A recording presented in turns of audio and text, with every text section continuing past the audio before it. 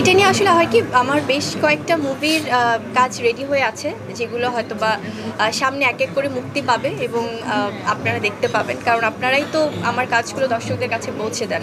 কারণ শিল্পীদের এবং সাংবাদিকদের মধ্যে যে একটা সুন্দর মেলবন্ধন, এটা আসলে খুবই দারুণ, খুবই চমৎকার। সো আপনাদের মাধ্যমে আমার কাজগুলো পৌঁছাবে।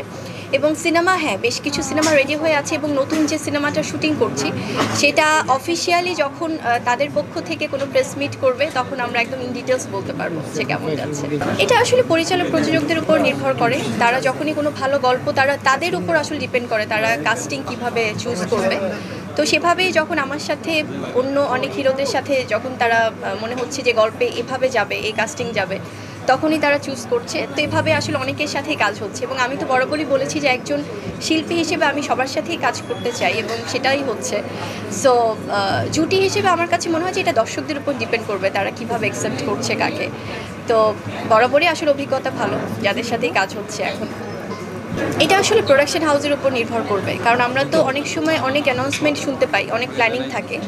তো এটা তাদের উপর ফাইনালি ডিপেন্ড করবে তারা ঈদে আসবে নাকি কোনো একটা উৎসবে আসবে নাকি কিভাবে আসবে। সো আমরা তো অ্যাজ অ্যান আর্টিস্ট হয়তো আমরা জানি যে আমাদের শুটিংটা প্রপারলি শেষ করতে হবে।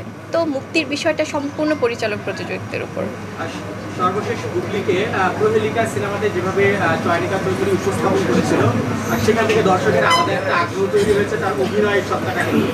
এই ধরনের ক্যারেক্টার বা ওই ধরনের বুবলির ওই প্রহেলিকা সিনেমাকে ছাড়িয়ে সামনে কবে দেখতে পাবো?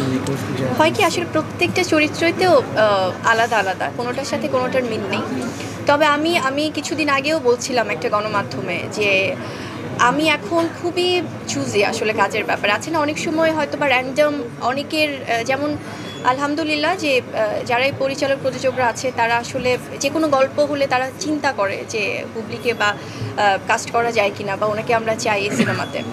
তো সেখান থেকে আমার দর্শকদের যে একটা ভালোবাসা তৈরি হয়েছে, একটা আগ্রহ তৈরি হয়েছে, একটা দায়বদ্ধতাও কাজ করে। সো আমি র্যান্ডম খুব একটা, যদি বছরে একটি দুটো কাজও করি, খুব কম কাজ করতে চাই, but that has to B qualityful. So শুধুমাত্র যে কাজ করার জন্য করছি, ইটস নট লাইক দ্যাট।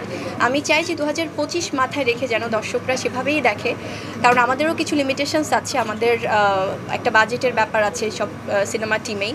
তো সেখান থেকে আমি চাই যে ভালো গল্প, ভালো একটা প্রোডাকশন টিম বা ভালো একটা সব কিছু মিলে যখন হবে তখনই কাজ করব। সো এই জন্য কিন্তু দেখা যাচ্ছে হয়তো অনেকেই বলে যে আপু পরের সিনেমা কবে পাচ্ছি, পরের ঘোষণা কবে পাচ্ছি। তো আমার মনে হয় যে আসলে ওই কোয়ান্টিটিটা না বাড়িয়ে আমি চাই কোয়ালিটি, যেটা বরাবরই আমি করে এসেছি। সো অনুরোধে ঢেকে আর আসলে চাই না যে না, অনেকেই বলছে ছোটো বোন হিসেবে আছে এই কাজটা আপু একটু করে দেন। সো এভাবে আর চাই না, আমি চাই যে কাজের ক্ষেত্রে যেন আমার দর্শকরা আশাহত না হয়, সেটাই আসলে চাচ্ছি।